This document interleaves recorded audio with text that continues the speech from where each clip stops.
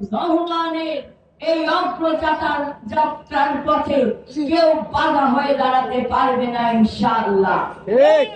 আগামী দিন খুব তাড়াতাড়ি গণতন্ত্রের মা দেশনেত্রী বেগম খালেদা জিয়া, তিনি তার জীবন দশায় যুদ্ধ করেছেন ফ্যাসিবাদের বিরুদ্ধে, পতন দেখেছে শেখ হাসিনার বাংলাদেশের জনগণের ক্ষোভ এবং ঘৃণার মাধ্যমে কিভাবে সে পালিয়ে গিয়েছে।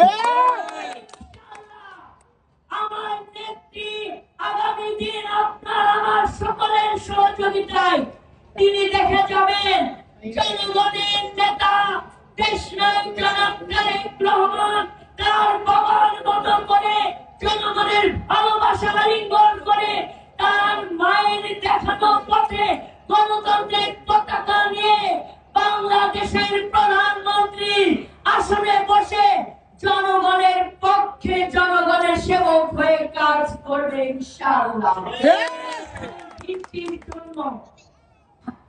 আমরা সবাই যেন ঐক্যবদ্ধ থেকে এই যাত্রাকে চূড়ান্ত লক্ষ্যে পৌঁছে দেওয়ার জন্য আমরা কাজ করি। আজকের এই মত বিনিময় সভায় এটাই যেন হয় আমাদের স্বপ্ন। সবাইকে অসংখ্য ধন্যবাদ। বাংলাদেশ জিন্দাবাদ।